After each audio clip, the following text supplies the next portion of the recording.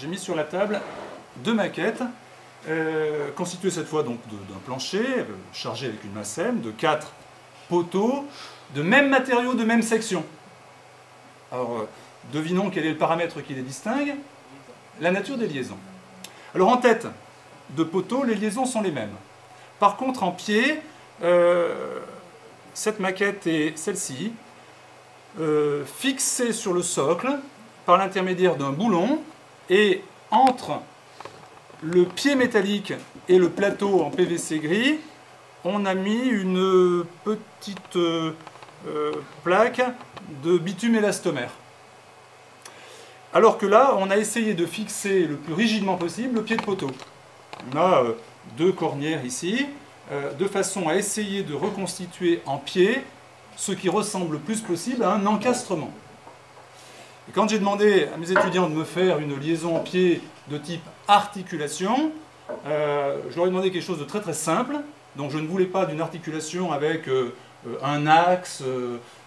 Ils m'ont dit, il suffit d'avoir un peu de liberté en rotation, il suffit de ne pas bloquer rigidement les rotations pour avoir ce qui ressemble à une articulation.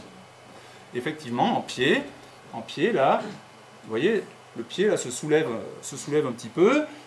Je permets, grâce à la déformation du bitume élastomère, je permets un peu de rotation. De ces deux structures, laquelle est la plus souple? Celle qui est articulée en pied. Donc pour une force donnée, j'obtiens un déplacement ici. Pour une force donnée, j'obtiendrai un déplacement un peu plus grand ici. Alors, hélas, la différence entre les deux n'est pas aussi spectaculaire que la différence entre ces deux-là. C'est-à-dire que ces deux structures ont des oscillations libres, des périodes qui ne sont pas identiques, mais qui ne varient pas du simple au double.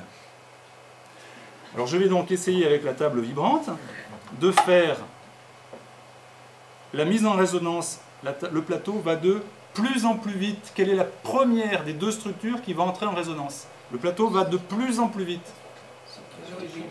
C'est la deuxième chance. Effectivement, on a... Ils peuvent revenir Alors, la semaine prochaine. La structure la plus souple est celle-ci. Plus la structure est souple, plus sa période est grande. Et comme là, la table va de plus en plus vite, c'est-à-dire j'augmente la vitesse en fait, c'est ça, hein, j'augmente la vitesse. La première qui devrait entrer en résonance, ça semble être celle-ci. Alors je ne sais pas si je peux la faire vibrer beaucoup plus. Voilà, je crois que je ne vais pas pouvoir obtenir mieux. J'ai une structure qui bouge énormément, elle est en résonance. C'est-à-dire que sa période propre est identique à la période des mouvements du plateau. C'est comme ça qu'on va définir la résonance pour l'oscillateur simple. Si j'augmente la vitesse du plateau, enfin la période du plateau, tiens, celle-ci brutalement se calme. Et vous voyez, pour une vitesse à peine différente, je mets clairement en résonance. Alors, j'arrive pas à la garder. Voilà, hein, je mets clairement en résonance plutôt l'autre. Celle-ci, vous voyez comme les modes sont proches. Regardez, là les deux bougent. Parce que les deux modes sont très proches. Voilà, j'arrive à séparer. Voilà. Ça, c'est le deuxième mode. Et si je vais, cette fois, le plateau va à son maximum, je n'ai ni résonance sur l'une, ni résonance sur l'autre. Donc, si je coupe le moteur, deuxième chance, si je coupe le moteur, le plateau va ralentir.